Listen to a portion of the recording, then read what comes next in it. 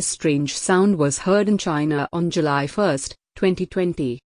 People thought that this is as a sign of earthquake, that is a foreshadow of earthquake or a bad sign, and immediately the people left the place in fear. What do you think about this sound? Is it from the aliens? Or it is HAARP technology? Or is this the one that is written in Bible, that sounds will be heard from sky when Jesus is arriving? Please let us know your thoughts in the comments section. Stay tuned for more videos and subscribe to our channel for latest updates.